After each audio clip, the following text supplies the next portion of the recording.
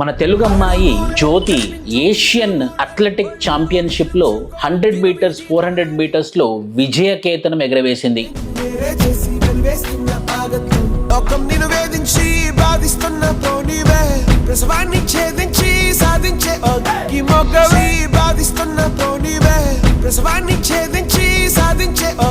కానీ చివరిగా అటు తిరిగి తనను ఎవరైనా శబాష్ అంటారు అనంటే ఒక్కరు కూడా లేరు.